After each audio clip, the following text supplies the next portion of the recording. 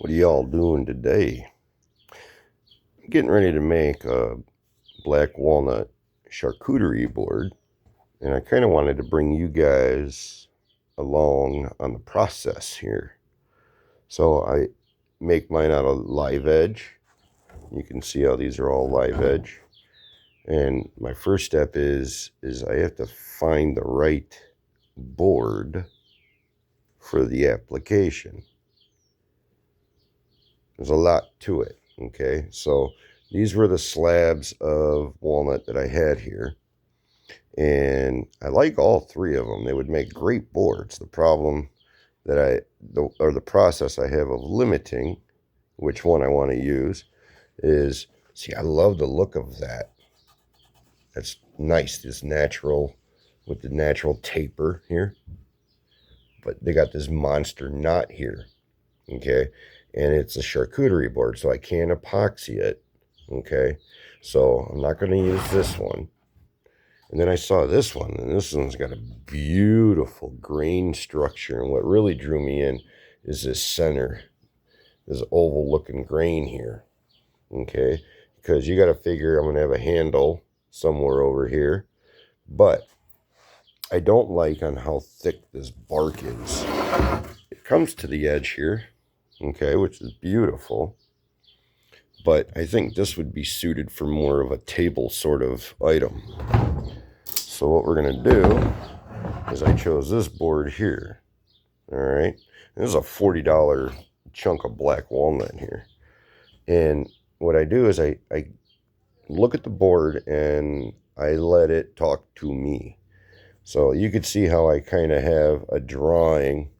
This is going to be a double-handled tray-style charcuterie board here. So you can kind of see what I'm going for here.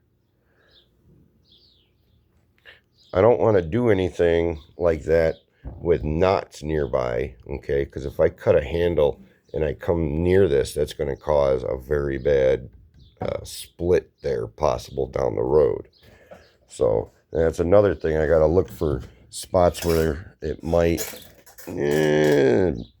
chip down the road. And I found one over here. And this check, it looks like it ends over here.